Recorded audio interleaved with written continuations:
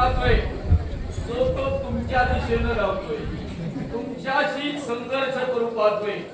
त्यांना वाटलं हा संघर्षाचा महासागर आहे, पण तुम्ही थकला असाल. तुम्हाला विश्रांती देण्यासाठी मी आलो. ठीक, फक्त सगळ्या हनुमंताशी संघर्ष करा, समजावून सांगण्याचा प्रयत्न करा. पूर्णपणे समजावून सांगेन. मी प्रत्येक गोष्ट ही व्यवस्थित समजावून सांगतो.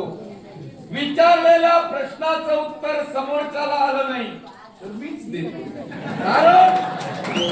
कारण आहे त्याला त्याच्या सोबत असणार सैन्य आणि तो अज्ञानी राहू नये याच्यासाठी. पण याच्यापूर्वी असे कित्येक जणांना प्रश्न पडले, हाच बोलतो आणि हाच सांगतो.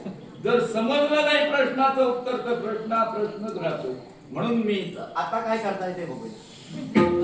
विश्वास आहे म्हणून बोललात की माझ्याबद्दल अविश्वास वाटतो म्हणून बोललात? विश्वास आहे, मग चिंता विश्वासाला पात्र ठरणारी व्यक्ती उभी राहिली म्हणून बोलतो. मी बोलू इच्छितो तुझ्याशी बोलण्यासाठी तर इथपर्यंत नाही. तुम्ही आला संघर्ष तुम्हा दोघांना करायचंय की आम्हाला? संघर्ष कशाला म्हणतात? एकमेकाशी वितुष्ट करायचं असतं त्याला संघर्ष म्हणतात, याला संवाद म्हणतात. बोला. तो आम्ही संवाद साधत होतो कारण ते तुझ्याशी युद्ध करत होते. मी एकेरीच बोलतोय. मग म्हणशील एकेरी बोललास कारण तू हनुमंत आहेस, तू सखा आहेस म्हणून एकेरी बोलतोय. माझा परिचय तुला असेल नक्कीच आहे. कुठच्याही गोष्टीत काटकसर करत नाही, कुठच्याही गोष्टीत काटकसर करत नाही. तो वेसर पुत्र वेसर, तो मी. ओळख आहे तुझी. मग जर का माझी ओळख असेल तर माझ्या एका प्रश्नाचं समर्पक उत्तर मला हवंय. मिळणार. राजकर्त्याची संघर्ष करण्याचं कारण काय? एकच, प्रभू रामचंद्रांचं आधिपत्य या हस्तिनापुरावर होतं आणि ते आधिपत्य पुन्हा प्रभू रामचंद्रांना मिळवून द्यावं ही एकच इच्छा आणि म्हणून संघर्ष सुरुवात होता. अधिपत्य रामचंद्रांचं कसं काय? अश्वमेध यज्ञ प्रभू रामचंद्रांनी केला आणि या अश्वमेध यज्ञात अश्वानं हस्तिनापुराची भूमी पालाक्रांत केली आणि केवळ या हेतूनं या हस्तिनापुरावर कुणी शासका नव्हता आणि म्हणून हस्तिनापूर सुजलाम सुफलाम व्हावं या जिज्ञासेनं हस्तिनापुरावर प्रभू रामचंद्रांचं अधिराज्य झालं. रामचंद्रानं अश्वमेध का केला हा प्रश्न मी तुला विचारणार नाही, पण अश्वमेध कशासाठी करतात? अश्वमेध विश्वाच्या ठिकाणी फलश्रुती मिळावी. अश्वमेधाची बरीच कारणे. कुणी पापशालनासाठी करतो, कुणी ही भूमी एकक्षत्रिय व्हावी म्हणून करतो, तर कुणी विश्वाच्या ठिकाणी स्वतःच राज्याचा विस्तार व्हावा म्हणून करतो. एक छत्र म्हणजे एका छत्राखाली सर्वजण नांदावेत. ज्याच्या अगोदर घडलेल्या घटना म्हणजे संघर्ष, रक्तपात अशा गोष्टी पुन्हा होऊ नये म्हणून अश्वमेधाची निर्मिती झाली. या विश्वाच्या ठिकाणी पहिला अश्वमेध शांतीसाठी कुणी केला याची कल्पना आपल्याला आहे. त्याची वाच्यता करण्याची गरज नाही. जर तुझ्या प्रजेला माहित नसेल नंतर त्याला समजावून सांग. पण एक गोष्ट महत्वाची आहे, अश्वमेध या विश्वाच्या ठिकाणी केला जातो एक छत्र बनविण्यासाठी.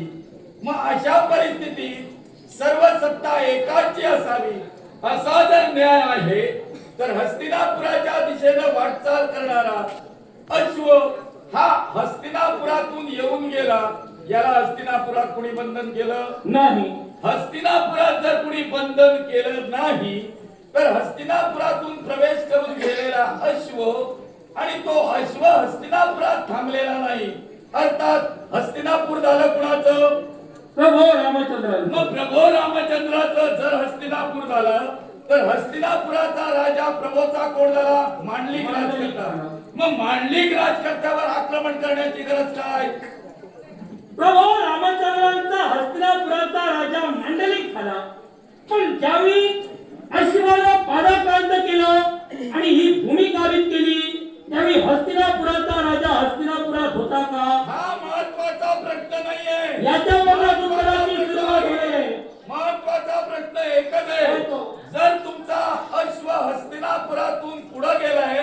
हस्तिनापुराच्या ठिकाणी अडवला नाही. जो अडवेल तो संघर्ष करणार. नक्की. संघर्षात विजयी ठरला तर त्याच्या पुढचा अश्वमेध तो चालू ठेवणार, त्याची इच्छा असली तर. बरोबर ना? बरोबर. न पेक्षा जेवढे दिवस अश्व बंद नसेल तोपर्यंत अश्वाचं सर्व कार्य करण्याची जबाबदारी त्याची आहे. सत्य. जर अश्व तुमचा बंधनच झाला नाही, राजकर्ता मांडलिक झालाय, मग त्या सिंहासनावर कोण बसलाय, कुणी बसला नाही, याच्यावर तुमचा लक्ष कशाला? तो राजकर्ता जर तुमचा मांडलिक झाला तर तुम्ही अन्याय करताय, त्या राज्यावर आक्रमण करून असलेल्या प्रजेचा छळ करताय. म्हणजे तुम्ही हे धर्म कार्य नाही तर अधर्म कार्य करताय. वेसा हे तू आताच सांगतोय, पण ज्यावेळी प्रभू रामचंद्रांच्या अश्वानं पादाकरण केलं त्यावेळी या हस्तिनापुरात राजा होता का मांडलिक होण्यासाठी? आताच सांगतोय म्हणजे मी अगोदरच सांगून तुझा उगाच भुलभुलैया करणार नाही. मी प्राप्त परिस्थितीवर बोलणार. मी प्रथमच तुला सांगितलं, तेव्हापासून सुरुवात आता झाला. जी घटना चालू आहे त्या घटनेनुसार हे सुरू आहे. ज्या गोष्टीवरून वाद निर्माण झाला तीच मुळात अश्वमेधाची आहे. नक्की. सध्या परिस्थितीत हा अश्वमेध थांबला. मग ह्याच अश्वमेधावरून पुन्हा वाद तुम्ही निर्माण करताय, हा क्लेश निर्माण करताय. अश्वमेधामुळे पहिले किती वाद झाले याची कल्पना तुम्हाला आहे. तशीच परिस्थिती पुन्हा करायची आहे का? वेसर, जर का मंडलिक राजकर्ता इथे असता तर तो मंडलिक झाला असता. जर का हस्तिनापुरात मी शास्त्रात होता आणि जी भूमी पादाक्रांत या अश्वानं केली ती भूमी सम्राटाच्या अधीन झाली. मग सम्राटाच्या अधीन झाल्यानंतर राजकर्ता शास्त्र नाही म्हणून ती भूमी किंवा ते राज्य वाऱ्यावर सोडायचं का? भगवंत, तुमचा अश्व जाण्यापूर्वी सुद्धा राजा नव्हता, मग प्रजा वाऱ्यावर नव्हती. त्याचं अष्टप्रधान मंत्रिमंडळ तिथं कार्यरत होतं. एकटा राजा कधी कार्य करत नाही. त्याच्या बरोबर असणारा मंत्रिमंडळ सक्षम असेल तर राजा कार्य करत असतो. कोणत्या गोष्टीसाठी राजा कधी कार्य करेल, कोणत्या गोष्टीवर कधी बंधन आणि निर्बंध लादेल हे काही सांगता येत नाही. याच्यासाठी तुम्ही या विवादात न पडणं योग्य. तुम्ही जर धर्माचे असाल अजूनही शांत व्हा, माघारी चला. कारण आतापर्यंत वेसर उतरला नव्हता. हा वेसर ज्या अर्थी उतरलाय त्या अर्थी तुमचा तोरा कसा उतरवावा याची कल्पना मला आहे. वेसर, आता रणांगणी तू रणभूमीवर उतरलाय, आमच्याकडे तू तोरा उतरविणार. होय. पण मी तुला एकच सांगतोय काय? आणि पुन्हा तिथं देतोय की जर का मांडलिक राजकर्ता झाला असता हस्तिनापुराचा तर हस्तिनापुराचा मांडलिक राजकर्ता शास्त्राचा असता तर प्रभू रामचंद्राने दुसरा राजकर्ता बसविला नसता. भगवंत, ही गोष्ट पूर्ण झालेली आहे. पुन्हा पुन्हा त्याच गोष्टीवर आणि योग्य नाही. कारण सांगतोय, जरी शास्त्रा नसलं, मी स्पष्ट केलेलं आहे, शास्त्रा जरी नसला तरी ते मांडलिक झालेलं आहे. अर्थातल्या मांडलिक राजाला त्याप्रमाणे न्याय द्यावा. तुम्ही आक्रमण करून अधर्म केला याच्या मुळाचे कारण आहे. आजपर्यंत तू कधी धर्म केलाच नाही आणि तुला धर्म कोणता याची कल्पना नाही. अर्थात अशा अधर्मी हनुमंताला मी धर्माचा पुरुष मानणार नाही. मी धर्माला कधी वागलोच नाही. कोण सांगते पहा, मी सांगतोय, पटवून दे. एकच कोण सांगतोय म्हणजे मी कधी अधर्मानं वागलो? मी म्हटलं का? मी म्हटलं का असं? कोण सांगतोय असं म्हटलं म्हणजे प्रश्नचिन्ह निर्माण झालं. तुझ्या प्रजेच्या बाबतीत सम्राट निर्माण होणार. ही प्रजा त्याची आहे. तू एकटा झालाय. मी प्रजा घेऊन आलो नाही, हा. मी एकटा झालोय. तो प्रजा घेऊन येत नाही, प्रजा त्याच्या सोबत येते. त्याच्या सोबतच आहे. कारण त्याचं कर्तृत्व कसं आहे, त्याने ते कर्तृत्व मिळवलेलं आहे. तो आता कर्तृत्व तो कर्तृत्व करून पार झालोय. तो सागरासारखा अथांग आहे म्हणून त्याची प्रत्येक लाट किनाऱ्यावर पोचते. आणि या सागराला उत्तर मी हनुमंताला दिले. आठव. सागरावरून केलं, सागराच्या खालून केलं असतं तर मोठे भरपूर आहे. वरून उडणारे भरपूर आहे, खालून उडून जाईल तो खरा. तुला पण काय, तू सुद्धा वरूनच उडणार आहे. मी तसा सामान्य नव्हे, मी सामान्य नव्हे. या विश्वाच्या ठिकाणी माझं अस्तित्व कधी निर्माण झालं, कसं निर्माण झालं, कुणी निर्माण केलं याची कल्पना अद्याप सहज कुणाला लागत नाही. आणि जिथं मी जातो तिथं कुणालाच कशाची कल्पना लागत. पण आता मी त्याची कल्पना करून तुला देणार. तू अधर्माचा कसा या विश्वाच्या ठिकाणी तुझा देव, ज्या देवाची तू एकनिष्ठतेनं भक्ती केली, म्हणे तुझ्या आईनं तुला सांगितलं होतं तुझी गुप्त कौपिन आणि तुझी यज्ञ पोवीत जो कुणी जाणेल तो तुझा देव, तो तुझा प्रभू. खरं ना? नक्की. मग तुझी गुप्त कौपिन काय आणि यज्ञ पोवीत काय याचं स्पष्टीकरण होईल का? अगदी सत्य. मग सांग. गुप्त कौपिन म्हणजे ज्याला जन्मतात त्रिकोणी आकाराचा लंगोट परिधान करून जो जन्माला आला, आणि यज्ञोपवीत म्हणजे ज्याला जन्मतात जाणवय तो यज्ञोपवीत आणि गुप्त कौपिन जो ओळखेल तो माझा देव, आणि ते फक्त प्रभू रामचंद्र. कौपिन म्हणजे ध्वज, तो सुद्धा 3 टोकं असलेला ध्वज. अशा आकाराचा ज्यानं धारण केलेलं वस्त्र, जन्मजात नेमका तो कोण आहे हे ज्याची माता सुद्धा ओळखू शकली नाही. मग या विश्वाच्या ठिकाणी तुझं नेमकं अस्तित्व कुणी ओळखू शकलं नाही. मग ते तुझं अस्तित्व जाणणारा तुझ्या समोर आहे. अधर्माचा एकाच गोष्टीसाठी म्हटलं, या विश्वाच्या ठिकाणी ज्या राघवानं तुला तुझं अस्तित्व दाखवलं, तुला तुझं सर्वस्व दाखवलं, या विश्वाच्या ठिकाणी तू कोण आहेस याची जाणीव तुला पंपा सरोवराच्या ठिकाणी करून दिली. त्याच्यानंतर तू देवाचा दास झाला. मी त्याला देवच म्हणणार, कारण त्याच्या मागे मोठं आहे आणि ते मी जाणतोय. पण धर्माच्या ठिकाणी मी उभा आहे, अधर्माच्या ठिकाणी कधी उभा राहणार नाही.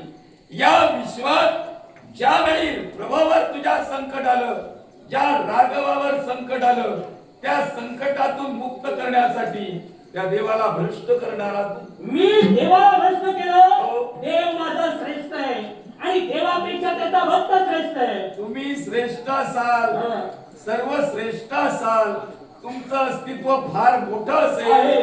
पण त्या देवाला तू डाग लावला असतो तुझ्या. स्पष्ट कर. चंद्रसेनेच्या महालात कशाला गेलेलास? देवकी मी. पहिला कोण गेला? पहिला मी गेलो. मग तुझा आधी सांग, मग देवाचं. चंद्रसेनेच्या माली एकाच कारणासाठी गेलो, केवळ तिच्या पतीचा मृत्यूंग काय आहे हे मला जाणून घ्यायचं होतं, म्हणून मी तिथपर्यंत गेलो. ते जाणून तू घेतलंस आणि तिला काय शब्द दिलास? प्रभू रामचंद्र एकदा तरी आमच्या महाली यावे ही तिची इच्छा होती, आणि तिची इच्छा मी पूर्ण करेन असा मी तिला भरोशाचा शब्द दिला. भरोशाचा शब्द देताना तुला ते आठवलं नाही का? नाही आठवलं? तू आठवण करून दे. देतो. म्हणून ते असं विचारलं, तुझा प्रभू एक वचनी, एकाच वचन, एकदा बोलला की ते खरं. एक पत्नी, एकच पत्नी दुसऱ्या स्त्रीकडे वक्रदृष्टीनं पाहणार नाही, माता आणि भगिनी म्हणूनच पाहणार. आणि एकच बाणी ज्यावेळी शत्रूवर सोडायचा असेल तेव्हा हातातील एकच बाण काढून सोडणार, तो पुनश्च येऊन त्याच्याजवळ राहायचा. असा तुझा प्रभू. मग अशा प्रभूबद्दल तू शब्द देताना का विचार केला नाही? चंद्रसेनेच्या महालात चंद्रसेनेची इच्छा काय? प्रभू एकदा तरी महालात यावा. परत स्त्रीच्या मनात अशी इच्छा निर्माण होणे म्हणजे पाप वासना. हे तुला माहीत असताना सुद्धा का नेलंस तिथं? हे तुला बोलताना ते आठवलं नाही. कुठचं? ते आठवण मी करून देतो. हा, सांग. प्रभूचा अवतार मत्स्य पूर्ण वराव, तिसरा अवतार म्हणजे वरा अवतार. या वरा अवतारात प्रभूची वरा अवताराची पत्नी म्हणजे भूमिदेवी. या भूमिदेवीला शाप दिला, आणि त्या शापाचा परिवर्तन म्हणून तिनं एक वरदान मागितलं की प्रभूचा प्रत्येक अवतारात मला दर्शन हवंय, आणि ते दर्शन प्रभूला देण्यासाठी ती भूमी या 7व्या अवतारात चंद्रसेना म्हणून जन्माला आली, आणि तोच वरा अवतार या 7व्या अवतारात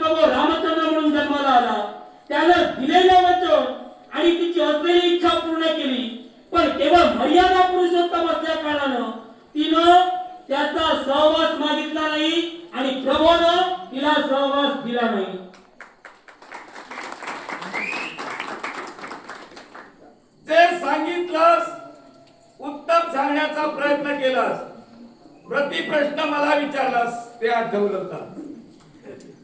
ते आठवलं तुला? ते अर्धवटच सांगितलं. तू पूर्ण कर. कारण ज्यावेळी वराह अवतार निर्माण झाला त्यावेळी हिरण्यक्ष यानं पृथ्वी या विश्वाच्या तळाशी पाठवली, म्हणजे सागराच्या तळाशी गेली.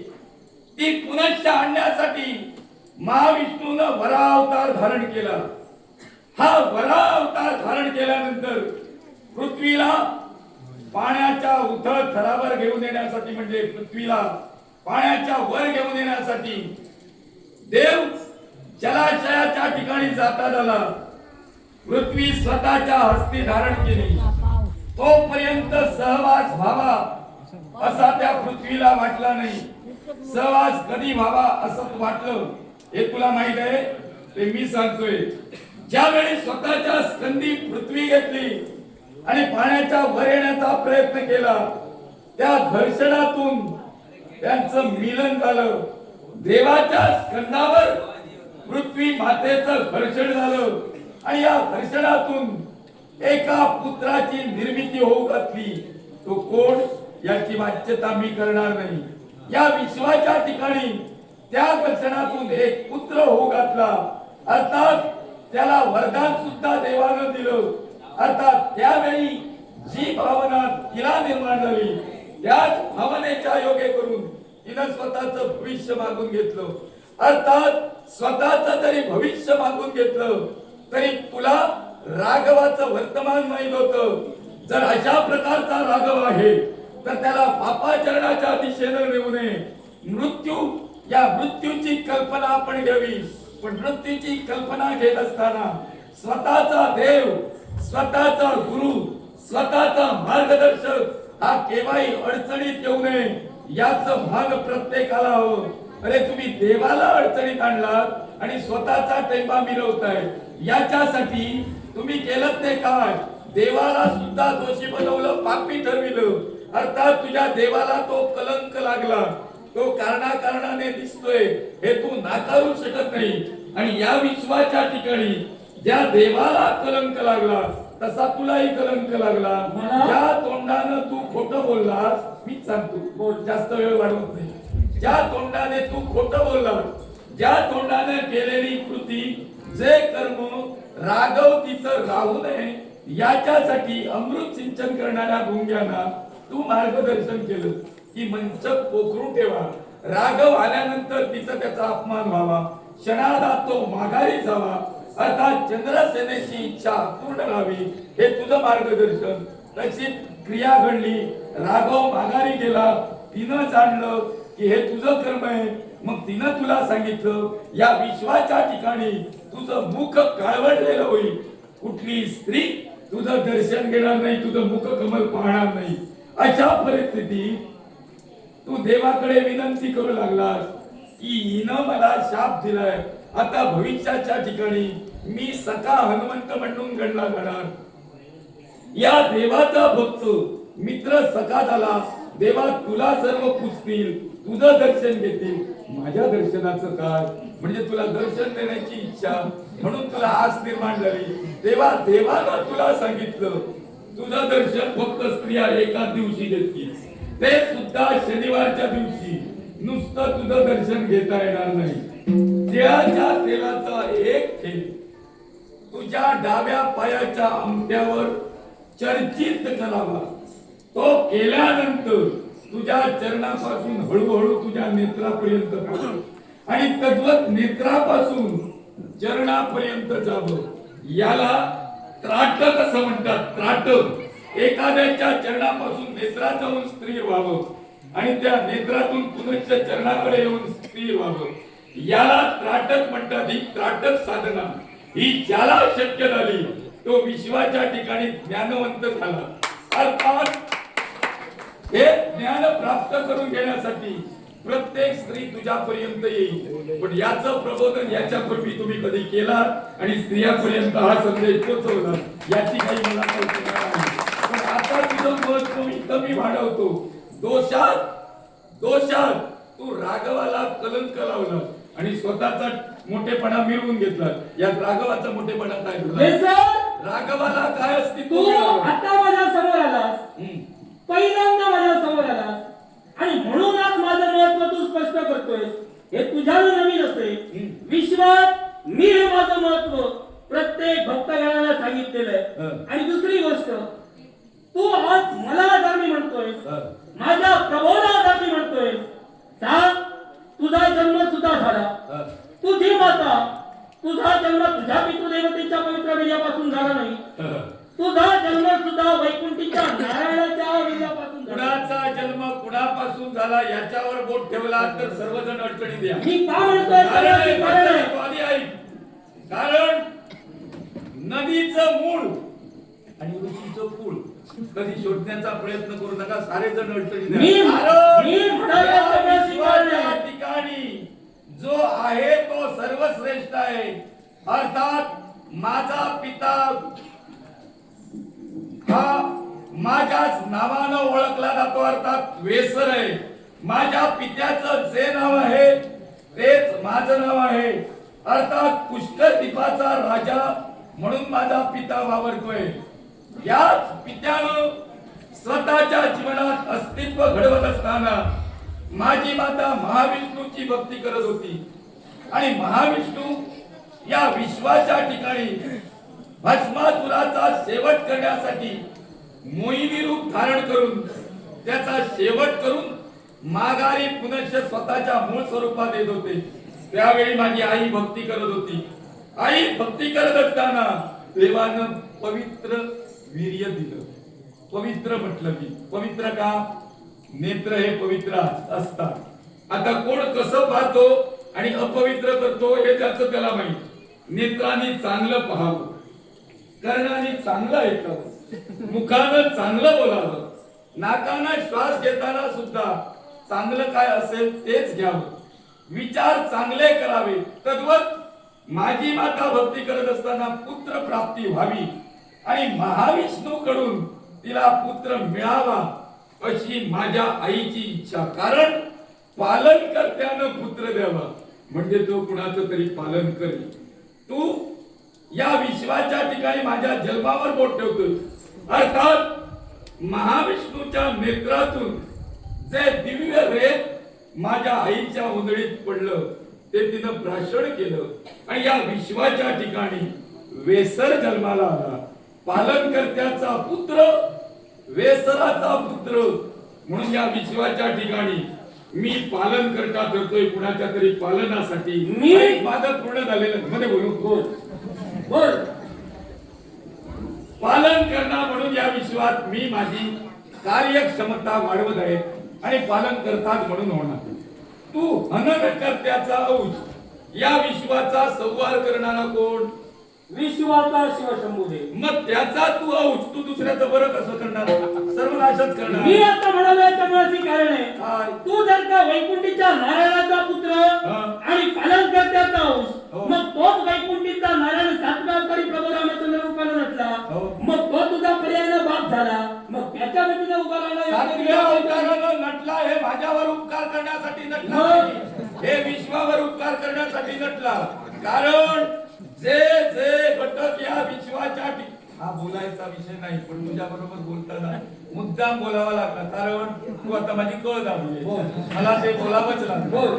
या विश्वाच्या ठिकाणी राम अवतार कशासाठी झाला? विश्वात जे जे घटक देवतांचे जे जे घटक देवतांच्या शापानं या पृथ्वी तलावर अडकून पडले ते पुनश्च देवतांच्या जागी पुनश्च जावे याच्यासाठी राम मानव अवतार हा देवानं घ्यावा जेणेकरून त्याच्या पदस्पर्शानं, त्याच्या हस्तस्पर्शानं, त्याच्या आलिंगनानं, त्याच्या कृतीनं, त्याच्या संस्कृतीनं प्रत्येकाचा उद्धार व्हावा आणि तिथं जावे. याच्यासाठी रामाचा अवतार आहे. महाविष्णू स्वतःच पालनाचं कर्तव्य करतोय, राम स्वतःच कर्तव्य करतोय. पण तुम्ही त्याला भ्रष्ट करताय.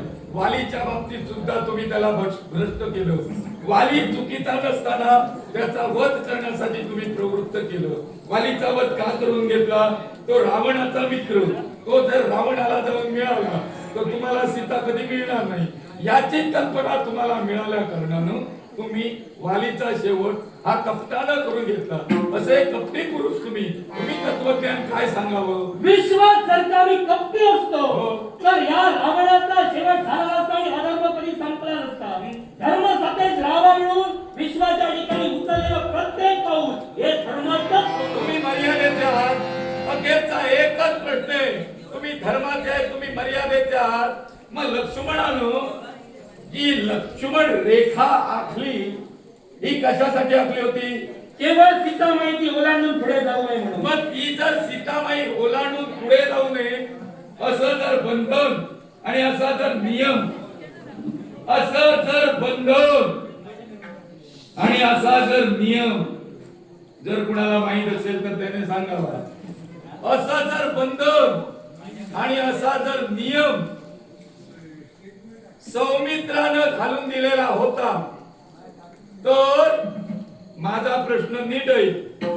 असं जर बंधन आणि असा नियम सौमित्रानं तुमच्या सीतेला घालून दिलेला होता तर त्या मर्यादेचं उल्लंघन तिच्याकरवी झालं कसं? रावण कारण.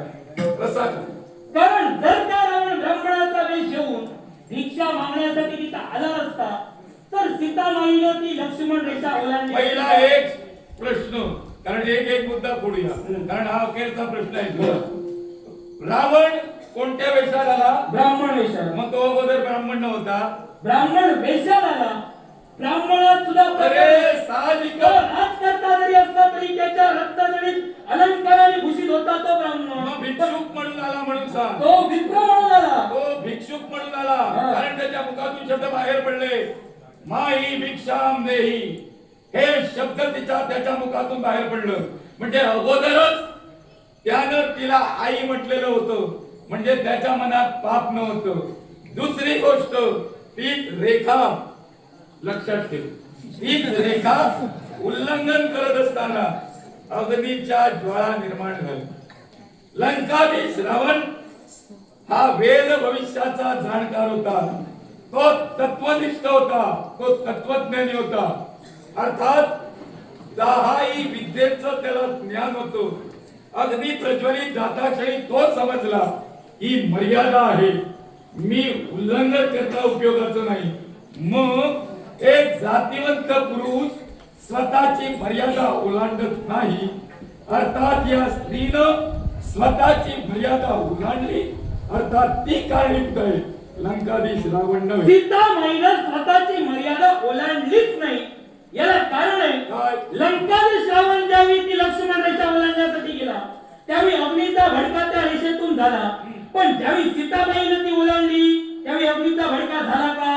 अग्नीचा भडका झाला नाही. होणारच नाही. कारण ती मर्यादा सीताबाईला नव्हती, असती तर झाला असता. मग ती मर्यादा त्यानं कुणासाठी घातली होती? एकच. त्याच्या माईसाठी. या रेषेच्या बाहेर जाऊ नकोस असे त्याचे शब्द होते. मी शब्द खराच बोलतो आणि खरं तेच बोलतो. अर्थात तुला वाटत असेल, तू मला सांगशील ते मी ऐकून घेईन आणि माघारी जाईन, हे कदापि शक्य नाही. मी आवेशानं आणि तिरस्कारानं कधी बोलत नाही. मी जे महत्वाचं आहे ते पटवूनच देतो.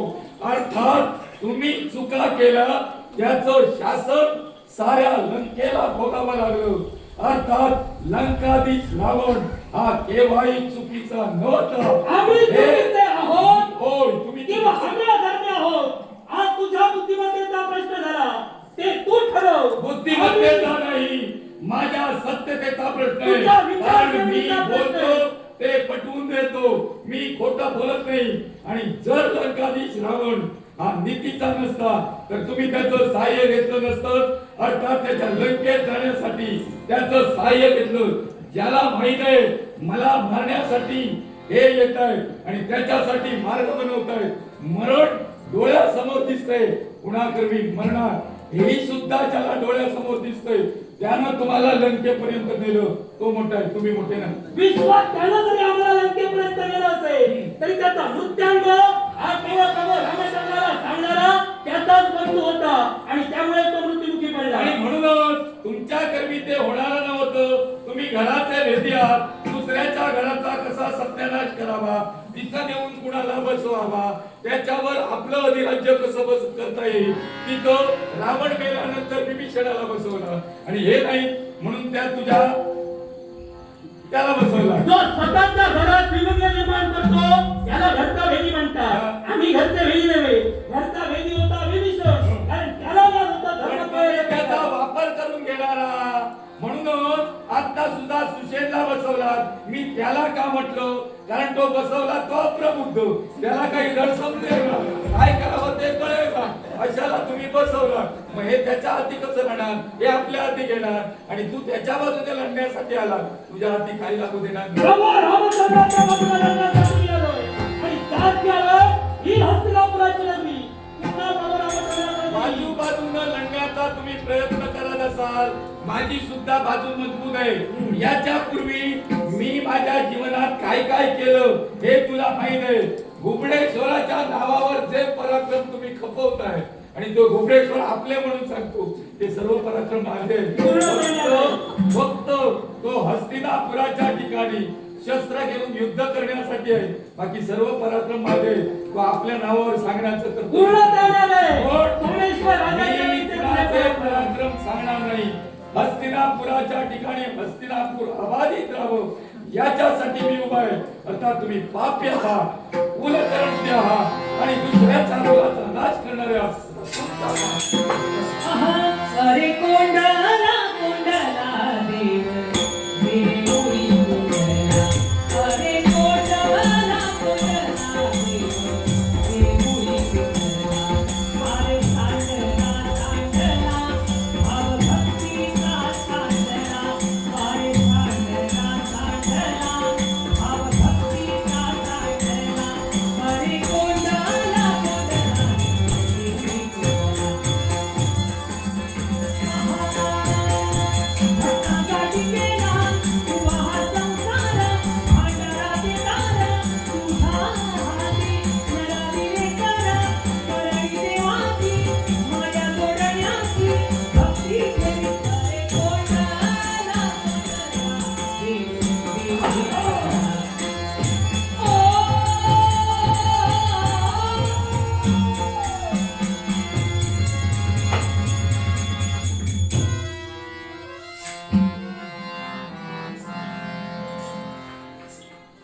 तुझा चेहरा विचारी दिसला.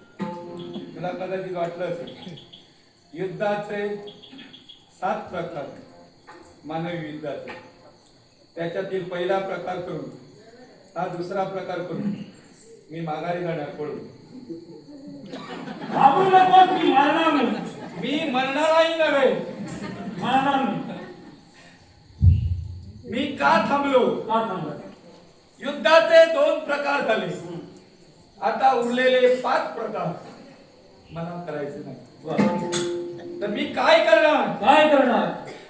मी तू तुझ्यासारखाच आहे.